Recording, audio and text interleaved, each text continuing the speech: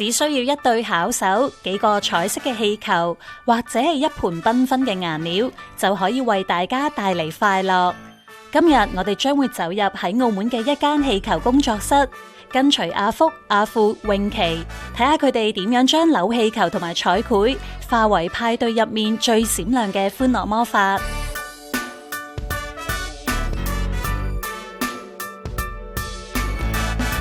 我童年嘅時候咧就返教會啦，咁教會嘅姐姐咧就同我講話氣球好好玩㗎喎，咁樣，跟住我就喺佢度學咗少少嘅氣球啦，然之後自己就覺得呢個領域都唔錯喎，咁樣，咁我就更加想去學多啲唔同嘅造型啦，咁樣就自己去上網學啊，跟住又喺唔同嘅地方啊、地區啊，去香港啊、台灣嘅老師入邊咧都學咗啲氣球嘅知識，咁樣就慢慢就對呢方面嘅嘢就越嚟越多啦，咁樣越嚟越想做多唔同嘅創作出嚟，咁樣係都好好。係喺呢個氣球領域入邊咧，都有好多唔同嘅行家咧，都比較熱心同我講一啲細節嘅嘢嘅。由愛好去到專業，每一件生動作品嘅背後，都係無數次嘅練習。佢哋唔單止扭轉咗氣球，更加扭轉咗自己嘅人生方向，將興趣化為傳遞快樂嘅事業。呢一個咧就係派對入邊最受歡迎嘅造型啦。咁基本上每一個活動咧都會出現嘅一個花束嘅咁樣，我哋就開始整花束啦。咁花束咧就主要係一啲佢嘅比例上咧要一致啦，咁樣嘅係啦，所以我哋整花束嘅時候咧就會特別一致啦，咁樣。咁而家我開始整花。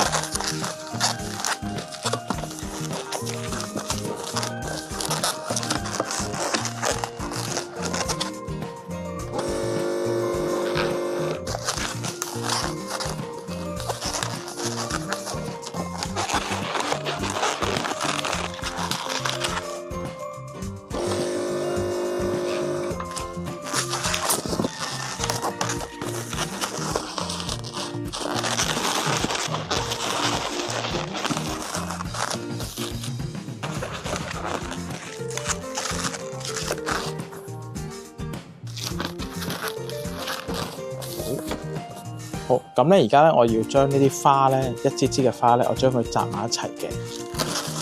呢條咧係嗰對花嘅最主要個中間紮住佢嗰條絲帶嗰個蝴蝶結，包住佢。好啦，跟住咧我哋就開始慢慢咧將呢啲尾部咧就收咗啲尾佢啦，突出嚟嘅效果咧，我哋將佢全部收翻走佢嘅。等佢對齊啲啦，叫做係啦。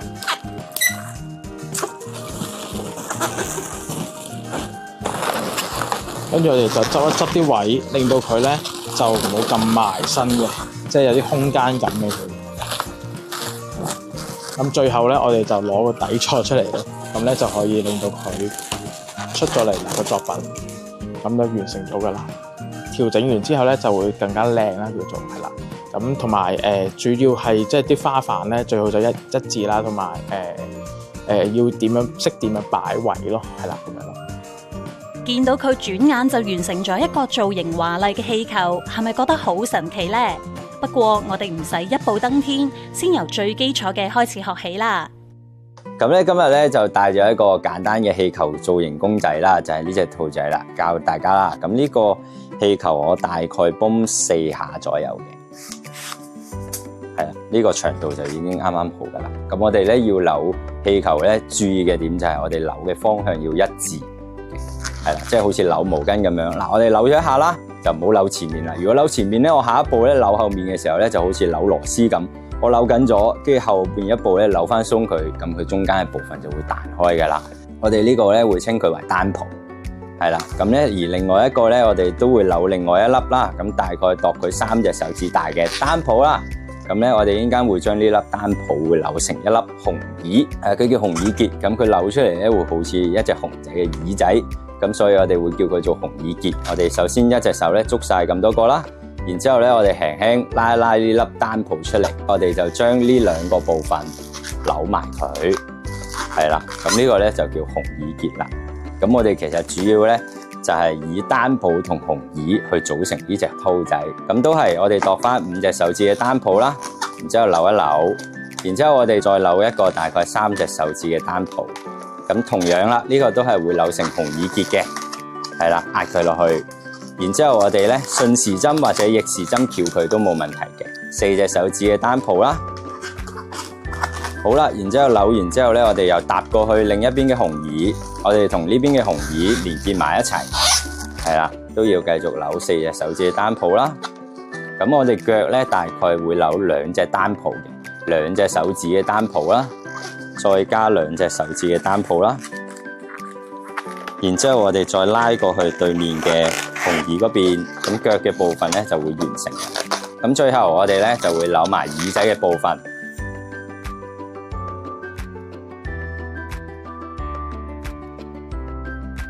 係啦，咁咧佢就已經成為咗佢嘅耳仔啦。基本嘅兔仔嘅形狀咧，同埋造型咧都已經搞掂咗啦。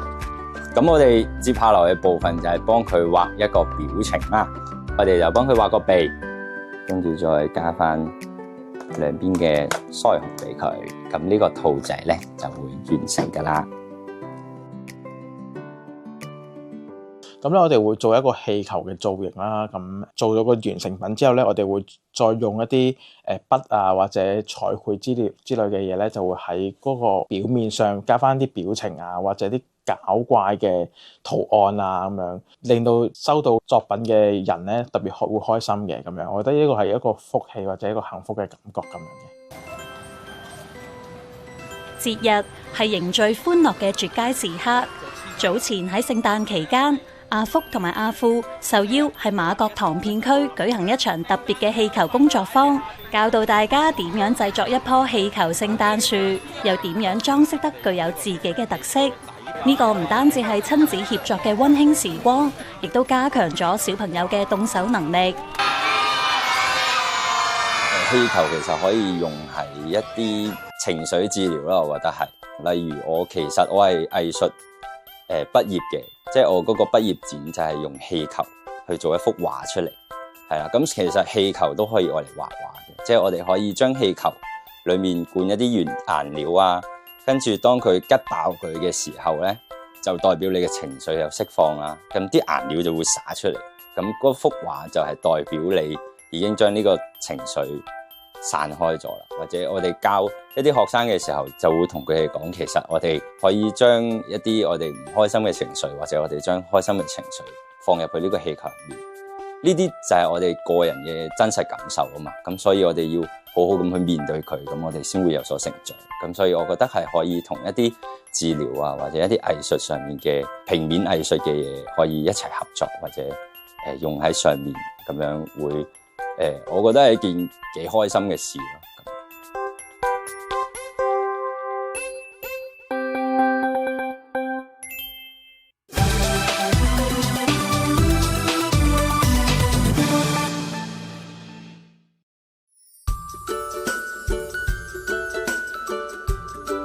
喺派對入面，除咗氣球，彩繪亦都係其中一項快樂元素。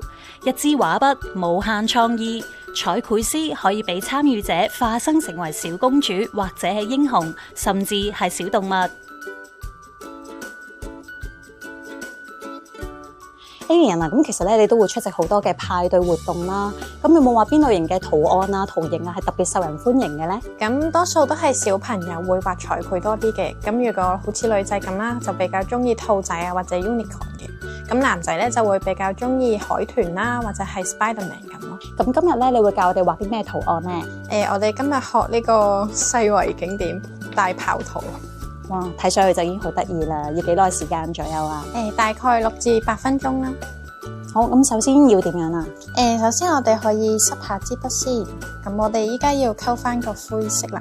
咁我哋其實咧可以係畫咗啲簡單嘅幾何圖形先啦，譬如呢啲圓形啊、圓形咁樣。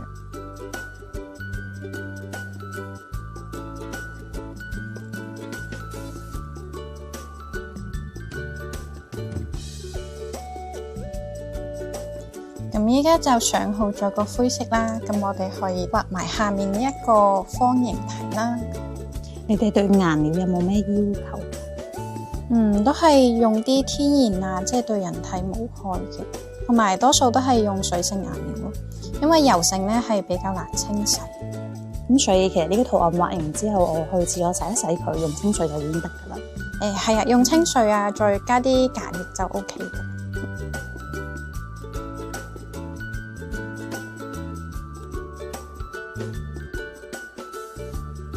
咁最後就加翻啲白色去點綴翻成個公仔啦，咁令到佢更加靚啦。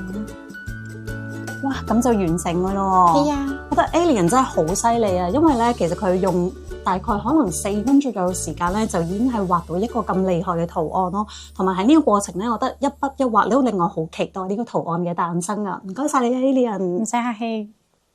咁我平時都會喺出面教啲興趣班啦。咁初學者咧，通常係比較困難係控水量啦。咁當支筆有好多水分嘅時候咧，再掂啲顏料，咁顏料再接觸到皮膚上面咧，咁就好容易化開咯。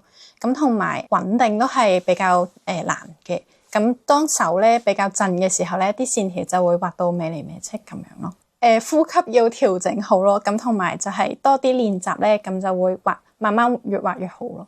可能有好多人咧都覺得扭一個公仔嘅時候咧，好似好簡單啦，以為係甩一下扭過咁就算啦。咁其實佢哋點對點之間扭嘅嗰個位置咧，都要控制得好好咯。如果你扭得太快咧，你好易令到氣球嗰個表面會有磨損啊，咁佢好易會漏氣咯。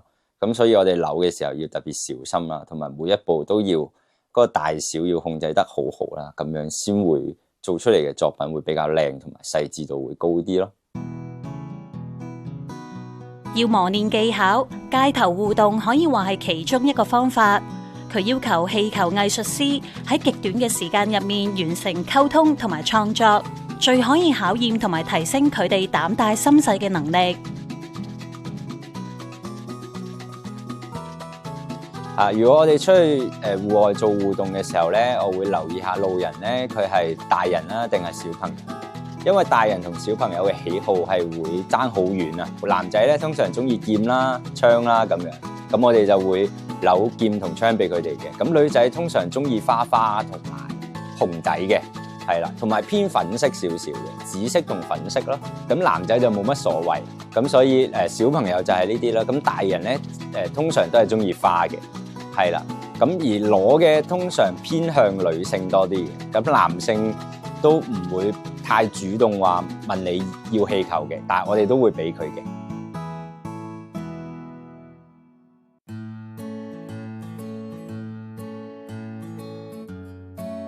我覺得氣球咧係喺個環境入邊咧係帶到好多唔同嘅歡樂啦。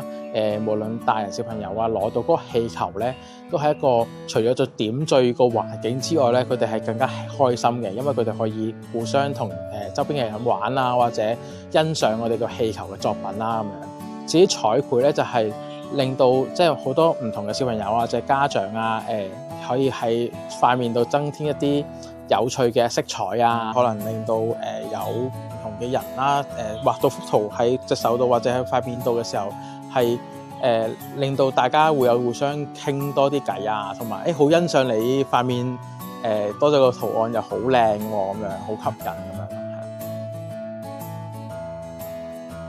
送上一個簡單嘅氣球造型，一朵手背上面嘅小花，呢一種即時嘅充滿溫度嘅互動，正正係澳門社區活力同埋人情味嘅生動體現。咁我曾經咧就去過中國內地啦，同埋海外嘅地方度參觀過一啲氣球嘅展覽啦，或者氣球嘅比賽啦。我覺得呢一樣嘢咧，其實係可以成為澳門嘅焦點啦，即係可能將佢搬翻過嚟澳門嘅一個大型嘅比賽喺澳門度舉行，得唔得咧？其實都可以㗎喎，咁樣我覺得係可以成為一個藝術咯，咁樣咯，係啦。我哋以往咧做一場氣球嘅藝術展覽啦，咁樣我哋就將澳門嘅同埋葡國嘅中國嘅元素咧融入一個展覽入邊啦，咁樣就製作咗一個大型啲嘅即係歷史文化遺產啊，澳門嘅一啲以龍嘅為主嘅氣球造型啊，我哋都有做嘅咁樣，即係唔係單止一個婚禮嘅佈置，唔係單止一個百日宴嘅佈置，其實佢仲可以做到一啲可能係 function 啊，再大型啲嘅藝術作品咁樣嘅，係啦。其實咧，我哋而家都有進行一啲學校嘅小班教學啦，咁樣亦都有做一啲可能藝墟入邊一啲教學嘅氣球嘅推廣啊，咁樣亦都有啲同啲社團嘅推廣嘅。但係咧，我哋咧都留意到咧，其實簡簡單單一啲氣球咧，可能都未必 cover 到大眾嘅需求啦。我哋都好想咧邀請一啲可能海外啊嘅老師啊過嚟澳門度推廣一啲氣球嘅造型嘅咁樣，即係你可能要教授一啲氣球啦咁樣。咁呢啲咧都我哋都會未來會去做嘅事咯，係啦。快樂可以好簡單，佢藏喺扭轉氣球嘅巧思，藏喺畫筆流動嘅色彩，更加藏喺人同人真誠互動嘅微笑當中。阿福、阿富同埋詠琪用佢哋嘅雙手話俾我哋知，所謂福氣就係將呢一份簡單嘅快樂不斷咁樣創造，並且傳遞出去。